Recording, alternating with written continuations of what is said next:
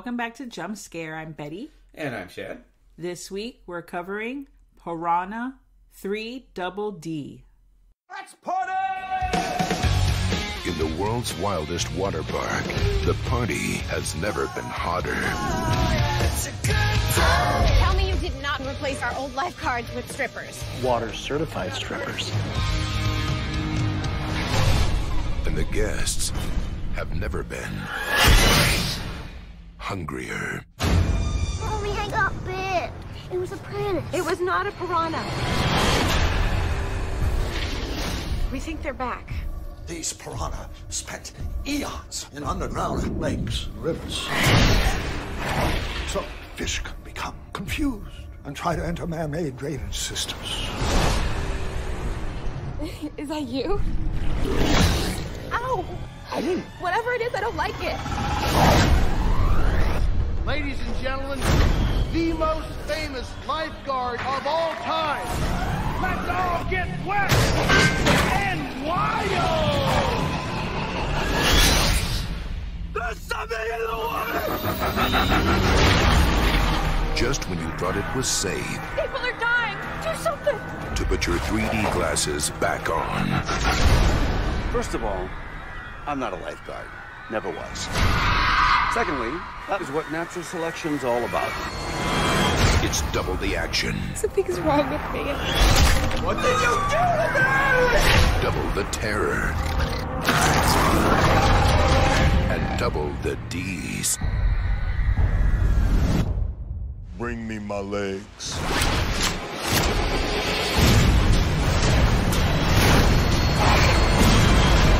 Piranha 3DD.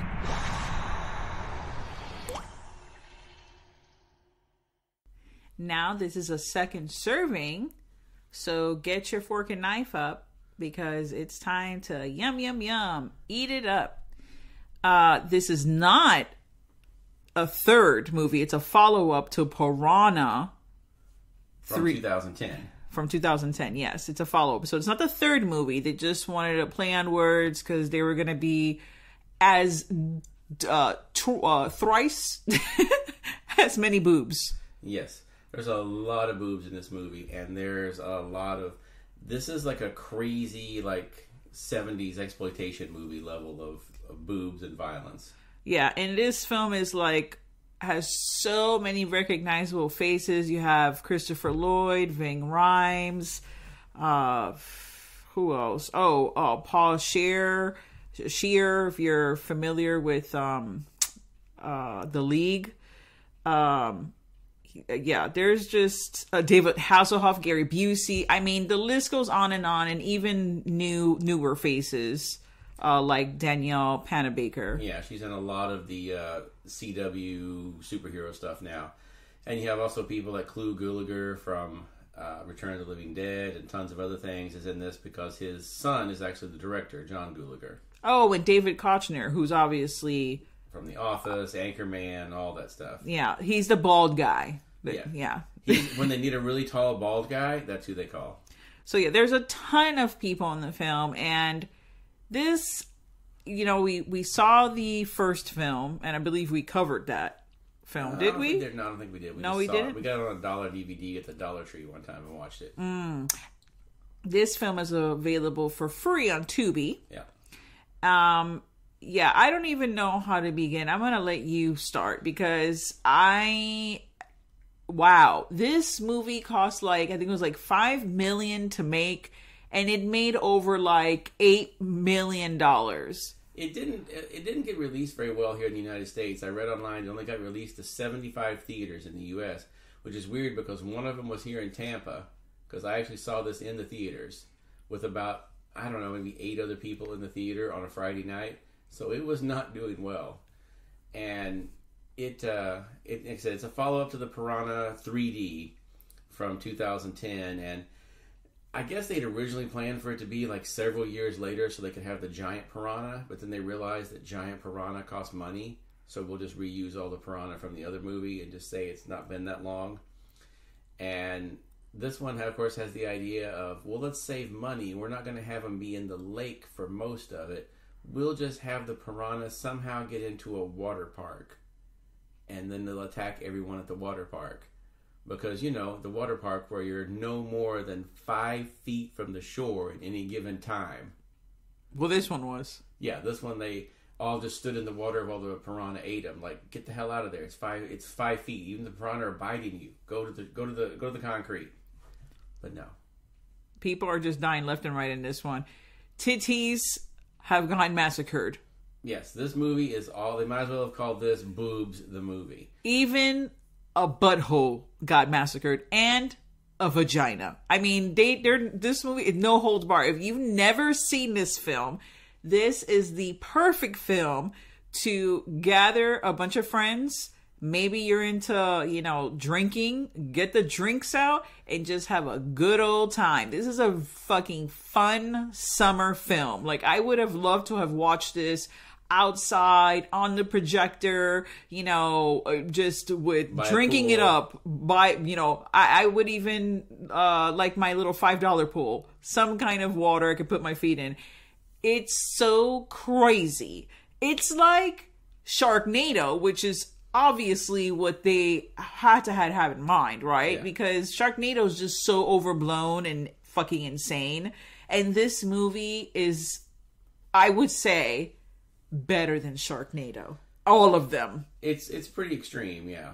I mean, not better because the sharks do some crazy shit in the Sharknado movies. Yeah. But if you're into boobs, this is the perfect movie for you. And also special effects. I mean, like, the effects on this are pretty decent. Like, the way that the people's body look, they're all mangled, and what the piranha do. I mean, look, when you have a piranha, first of all, do you want to give just a little synopsis of the film before we get really deep in the water? Danielle Panabaker, who is Maddie, her mother owned a water park with her stepdad, and now the stepdad is reopening the water park, but he's, you know, the evil guy with the water park, so he's cutting corners and he's drilling a private well instead of taking water from the lake.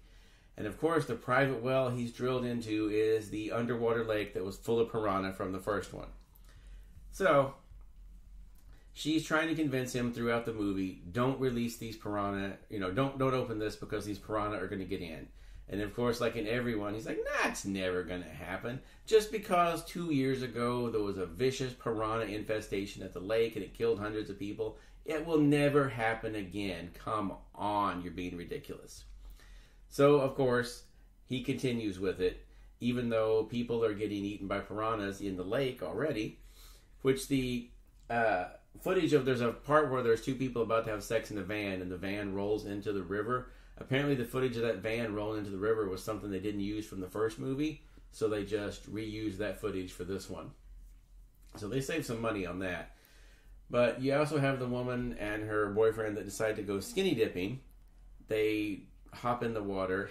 Is it her boyfriend? It's not her boyfriend. Okay, well, it's just a guy she thinks is hot. And she's going to hook up with him at her first available opportunity. Because she's a virgin and she's looking to get de-virginated. And this is where I'm going to come in. Because this is where I started really, I'm not going to say pay attention to the movie, because it's fairly in the beginning. But this is when it starts, when you get a taste of what's to come. So here is the virgin. We're going to call her the virgin. She jumps in the water. You know, she's naked. She asked the guy, well, did she have to ask him? He gets it naked. Okay, they're swimming in the fucking lake naked, which is like, why would you do that? I know people do that, but it just blows my mind you would do that. I would be so... Look, I'm terrified when I step into the ocean and I see seaweed on the floor. I see it.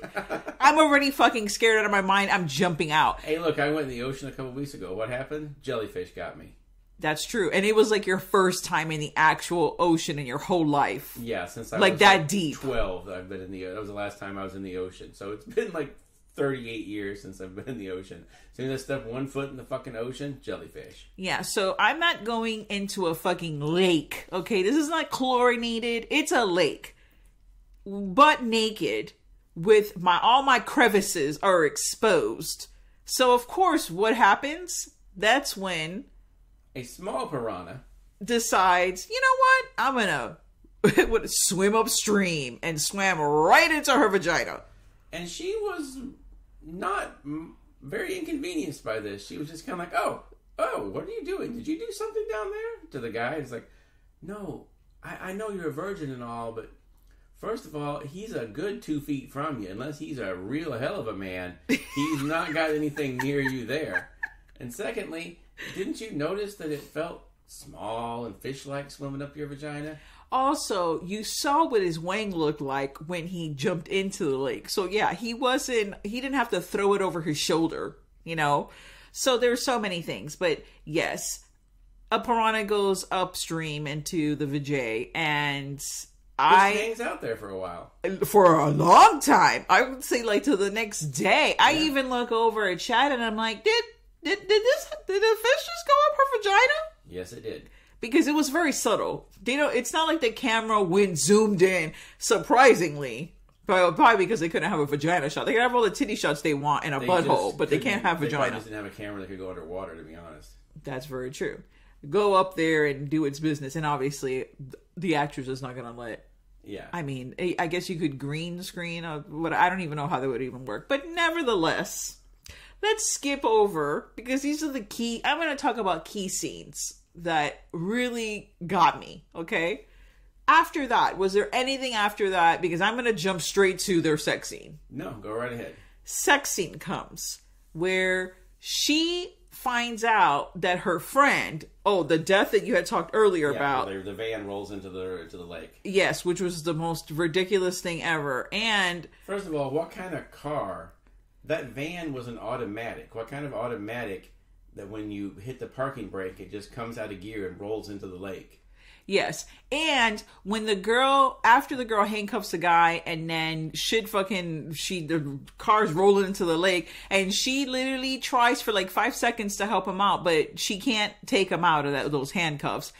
And she literally swims out and says, I'm going to go find help. Her thought of like help was, I'm going to stand on top of the van in the pitch black night where no one's around. No, there's no boats. There's no one around. This is not 4th of July where the fucking, whole lake is riddled with fucking people. There is no one. And just stand there and say, help, help, help. Who are you calling out? Did you think a fucking crow was going to fly down and like whisk you away? Like, what? This is not the Lord of the Rings. No eagles are coming to rescue you. What was happening there? I like literally was very happy that they both died, because they were fucking stupid. Yeah, they were idiots and they deserved it. It was, these are the characters I don't like in these kind of movies, where they're just dispensable characters. They're just there to die, and you know that they're there to die. Like, that's their whole purpose in the film, is just to take up time. So that happens. So that was her best friend, the virgin's best friend, and she's devastated. I think her name was Jessica. Jessica's dead or whatever. She's devastated. Her friend is missing because they can't find her. She hasn't been presumed dead yet. And so that's when, at the same time, she starts feeling a little ill, a little not herself. And she's in bed, sick, quote unquote. She rolls over to the guy and tells him to have sex with her. I want you inside of me. Like, that's gonna make you feel better. That's how you knock out a common cold, is penis. Well, I would it's say worth a shot. If that was the case, there wouldn't be drugstores, okay, for selling a cold medication. People would just be getting penises all over the place. But okay, so this is the second time I look over to Shad and say, are we gonna have a teeth situation? Is this what's happening? Because that's exactly what happened. Her vagina, in a way, became... the piranha was in there, and it came down out of her body while he was plowing her. And just bit onto the end of his dick. Yep, and it was not pretty. But here's the thing that gets me. He pulls out, runs around, runs into the kitchen with the piranha still biting his dick. And his thought is, let me get a butcher knife and just cut my dick off. Not like, hey, maybe I'll smack the fish in the head with something, get it to let go. Maybe I'll try and pry its jaws off. No, I'm just going to cut my dick off. And then he does this. The girl recovers from this, because after the fish comes out of her vagina and bites his dick, she throws up blood. Well, no, I think she had like an aneurysm or something. Like, she went into, like, her body went into shock. Seizure. There you go. A seizure. She's throwing up. Then she just wakes up and is like, oh, hey, I'm feeling a little better now. Where'd you go? Goes in, you see the dick laying on the floor, still being munched on by the piranha. She turns around, the boyfriend is standing there, and is like, what did you do to me? Yeah, holding like the knife, covered in blood. Like, okay, first of all, why didn't you run out? Because we don't know the time lapse of when she woke up to when. Why are you not calling 911? Why aren't you running out in the street? Okay, holding the little. Now, this is where holding I also the remains of your dick, because they might be able to sew that back on. This is the crazy part. I agree with you. Why didn't he cut the bottom of the fish, the bottom half of the fish? Because only the tip of his penis, and he was uncircumcised, only the tip of his penis was bitten off. Yeah. So I don't know how big his penis was. Oh, cut off. I don't know how big his penis was, but he had some time to cut the back of that fish off. He could have cut the back of the fish off, which obviously would have let the fish let go. I can guarantee you, the minute a fish bites onto your dick, your length is gone. That penis is retreating towards your body as fast as humanly possible when that fish bites onto it. It is going to try and crawl back up inside of you. Oh, but man. Then she comes and tells the best friend, or her other friend, Maddie, she comes and tells her, a fish swam up my vagina and bit Josh's, and then Josh cut his dick off. He's in the hospital now. Or, what? And then we never hear about them again. Nope. They are never mentioned again. No one ever says, like, yeah, she was really lucky that fish didn't do any internal damage, or she got fucked up from this fish, or he died. Nothing. We just never hear from them again. Because this is not the kind of movie to be bringing these things up. It is action, one scene after another of fucking crazy boob/vagina shots, and that's the whole movie. It's not a movie of substance. It's you're getting what you paid for, which is just boobs. Because that's David Koechner's character, Chet. He has turned the water park from the sweet, fun, wholesome family water park it used to be into titties, titties, titties. He's got a naked pool where people are swimming. The whole thing's being advertised by, women in wet t-shirts. He has David Hasselhoff coming as his character from Baywatch to kick everything off, and you got David Hasselhoff there just playing himself, because at this point that's all he can really do is play David Hasselhoff. He has a fucking stupid, what is it? The little flotation device, he's the red shorts. Yeah, he's got it all. The whole thing. That guy has no shame. I got to give it to Hasselhoff. He just leaned into it and just said, yeah, fuck it. This is who I am.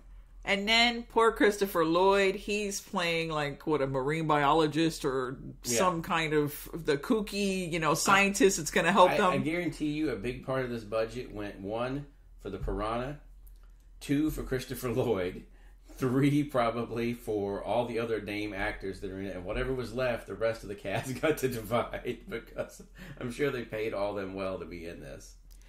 I would hope so. Not just like a ham sandwich and a $5 bill. They earned their money. Even though they only did a few scenes in this, they all earned their money just to be in this weird-ass movie. Yeah, this is the crazy water park, which you're never going to see. This is not going to happen. And not in the same vicinity. They have one section off for just normal family fun. And then literally there's just a fence with a door that says adults only. And as soon as you open that door, there's no long hallway. There's no barrier. There's no anyone taking your ticket. You've already paid your entrance the first time. All you have to do is open this door. There's not even fucking security. And then you go from happy fun time to fucking Caligula. It's just full Caligula in there. There's everybody's naked, running around. There's a guy literally fucking the intake valve for the water. He's like, this feels so good. He's just got his dick out and in the this feels good. The water sprays against it. He's an employee, by the way. Yeah, and he's doing this on the clock. He's just having sex with the intake valve. Yeah, and it's fine because the water's chlorinated. So no one really seems to care. Also, I do like the underwater cam where there's the cameras underwater, because you look up on the screen that they have there and you can see all the girls swimming naked, their bush, everything is out, and you're just swimming around. So I thought that was kind of genius, actually. I'm like, who the fuck thought of that? I mean, I'm sure that was John Gulager. I'm sure he was all about that. And by the way, the original version of the script was actually written by that Marcus Dunstan and Patrick Melton that wrote a lot of the Saw movies, The Collector and The Collection. They've done a lot of stuff. I heard this was heavily rewritten from their original scripts because this doesn't really play like a lot of their other stuff. This is way more crazy and exploitation than their other stuff. So I get that they probably got a lot of stuff rewritten on this. I'm sure they didn't use anything. I mean, there's no way. I mean, I don't remember. Did they get credited? Yeah, they're credited, but probably because I have a feeling they didn't because this doesn't match up with their other stuff. Their other stuff is very gory and that, but doesn't have this same feel to it. So I think they got rewritten quite a bit. Who knows? I can't even fathom how you go from writing like a Saw movie to this, like, you know, softcore porn that we have going on. I have a feeling it was quite a bit of different movie before it got rewritten. Oh man. Do you have a favorite part or most memorable part of the film? Well, the part I laughed the hardest at is where they're in the water park, the piranha are attacking everyone, and you have the main character, Danielle Panabaker, who's like 5'3" and maybe weighs 90 pounds.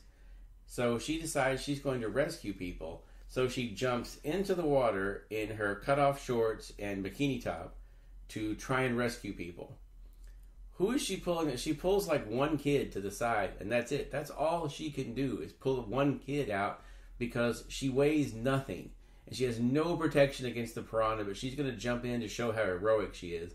And then when they try to like dump the water out, dump it into the lake, the suction on the bottom when they do that is so strong, it just sucks her skinny ass down to the bottom of the pool and sticks it against the grate.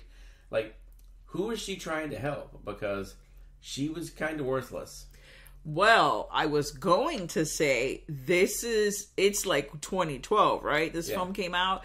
This movie was kind of ahead of its time because if you really think about it, she's the heroine of the film. She's the one that's always jumping into the scenarios. The guys are either doing nothing or doing barely anything. The one guy can't swim, so he can't fucking do it. He tries to help, but he actually makes it worse towards the end.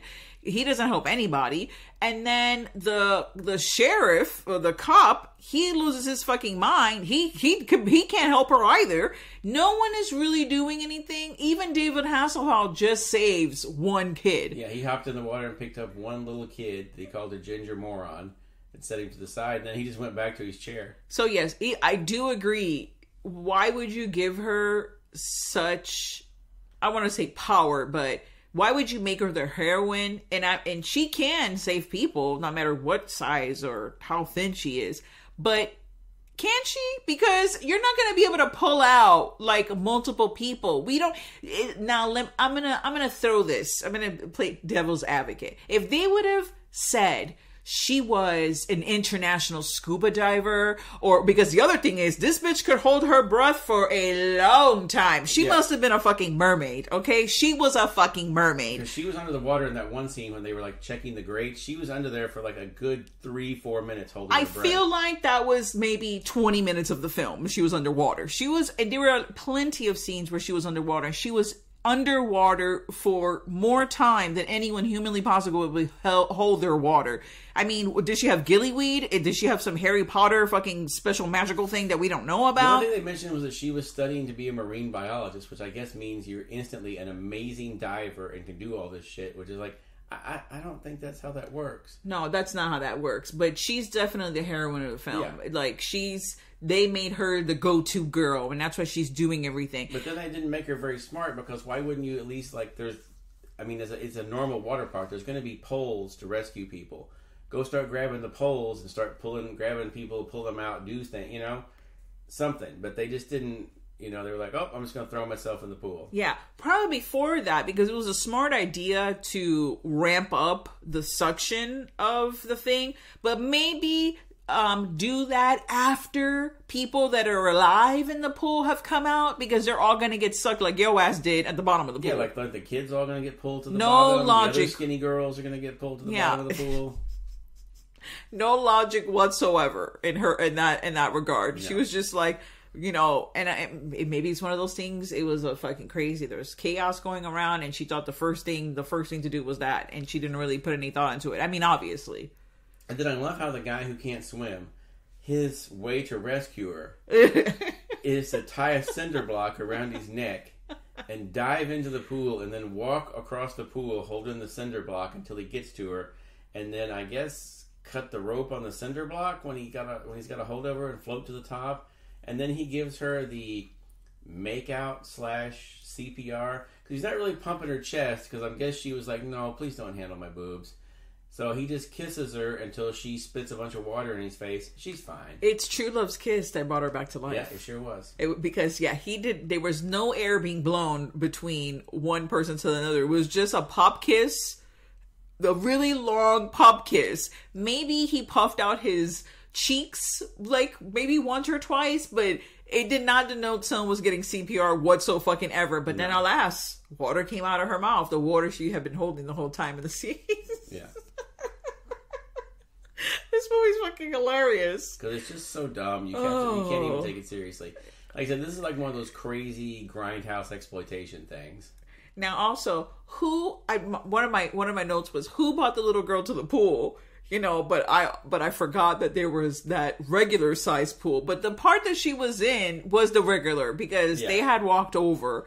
But they pretty much ignored the adult part. They were pretty much like, oh, you people in here with your titties and your dicks out, you're on your own. So, you know, you have that, I guess I've never seen this film, but I'm going to assume there's like an Apocalypse Now scene where there's one character that's looking around the chaos and there's nothing but crazy shit ensuing and there's massive, you know, people being blown up or body parts everywhere.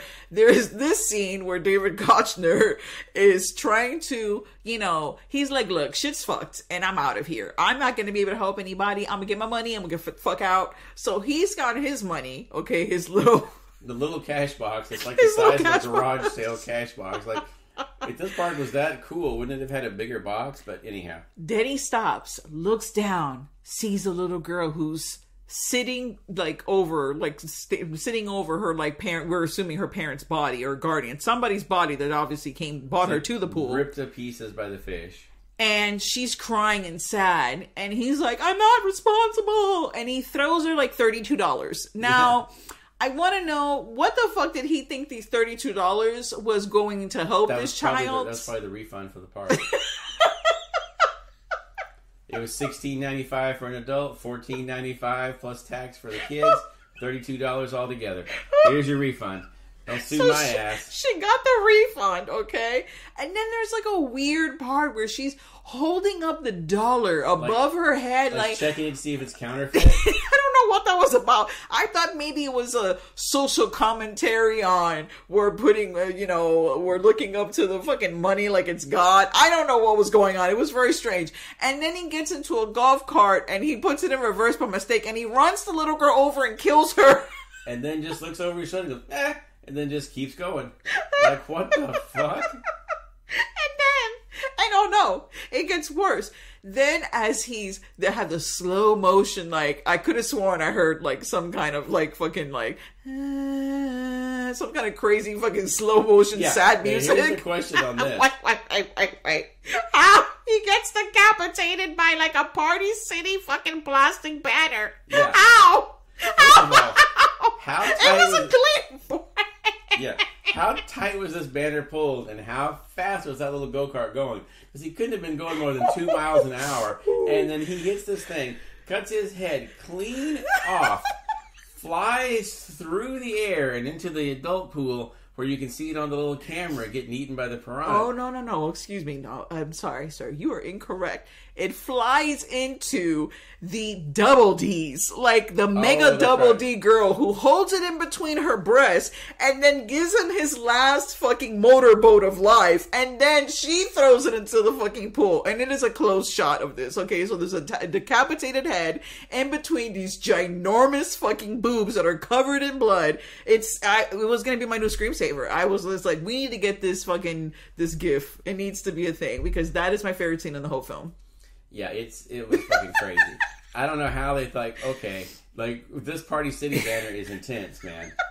Those things are fucking dangerous. They gotta recall that, because if they're that sharp, holy shit. And then you have the fucking cop who there's some stupid storyline on, they always have to, at least they tried in some things on how, they got the water park connected to the lake and how it was all some like, seedy fucking people being paid underneath the table kind of thing, and the cop was in on it. The fucking cop is there and he picks up one of the fucking bodies from the pool that he's trying to save. Okay. It's headless. It's a skeleton. It's just a skeleton with like a bathing suit still on. And he's like, medic! Medic! It's the fucking best. It's just so ridiculous. And then he gets... Meanwhile, the guy who was humping the pool earlier, he decided he's going to go dump all the chlorine down into the intake valves and then throw his joint down it and blow everything up. So then it blows up, which, by the way, I didn't know chlorine gas exploded like fireworks when you did It was like firework. He was mad because one of the piranha almost went up his asshole, and it was literally moving back and forth, between his cheeks, and he was like, "No one get to my butthole." He was very upset about that, and that's what he. So this blows it up, and we forgot to mention earlier, but we'll come back to that. It blows it up, and it causes the trident that's been laying around. It flies up into the air, does a perfect arc, comes down, and stabs the cop to death. Now, right through the fucking head. Now, earlier we saw our other hero, the one who jumped in the water. He managed to throw this trident and perfectly catch some litter that had fallen on the ground. Now, we see when Daniel Panabaker is stuck on the bottom of the pool, through the murky, bloody water, this guy manages to throw the trident, spear a fish that's less than an inch from her face perfectly.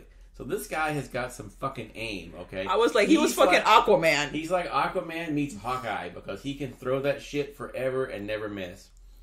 But so then that's the end. The fish are blown up for the most part. Everything is done. Oh, but it's not. Because at that point, she just gets a phone call. Oh, by the way, her cell phone was in her pocket this whole time and still works perfectly. Yeah. Especially when it's like a fucking flip phone she flips open. That didn't survive the chlorine water. I'm going to tell you right now, they don't make things like they used to. This was only 2012. So she flips it open. Oh, who is it? It's Christopher Lloyd. Yeah. And he's called up and go, oh my God, the fish can walk now. They've evolved. They can walk now. And then you see the piranha like coming out. And she's like, I know.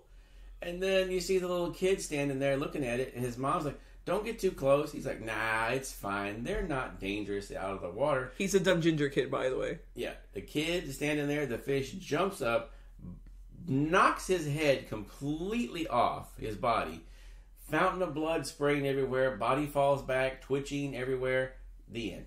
The end. And then in the credits, you see all the survivors are out with their flip phones, and they're taking photos of the child's body that is literally withering and the blood squirting out of the neck. I was like, man, this movie was just on point, because that's exactly what would happen. Yep. Now, during the closing credits, you get to see a little musical number from David Hasselhoff and his new show, Fish Hunter.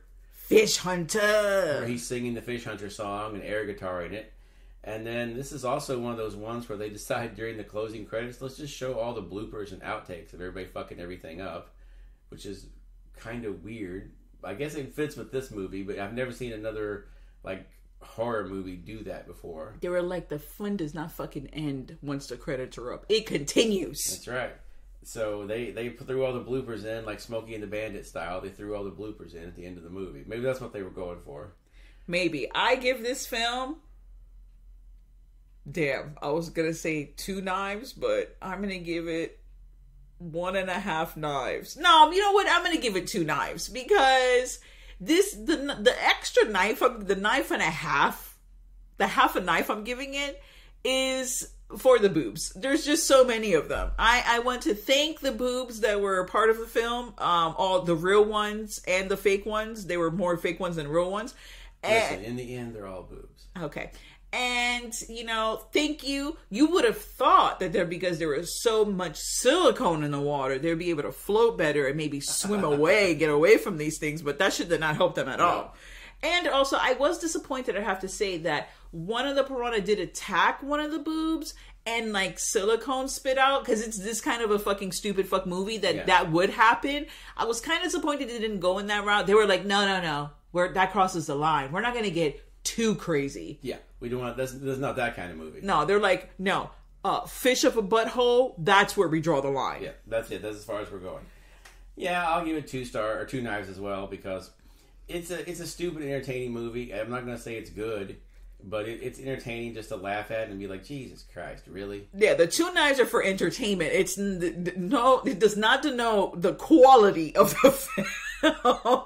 It is definitely just for the entertainment aspect. And it's sad because everybody in this movie has made much better movies. You know, sometimes you just want to get paid and just make a fun fucking movie. Yeah, that's it. I'm sure there's some of those that they come along and be like, we'll give you $100,000 to be in this movie that's going to take like 20 days to film. Sold. If they would have been like, hey, you want $1,000 for a weekend? You could come out, swim in a pool. You'll be the ticket taker, and you can be in the movie for 5 seconds and get fucking eaten by piranha. I'd be like, yes, I'm there.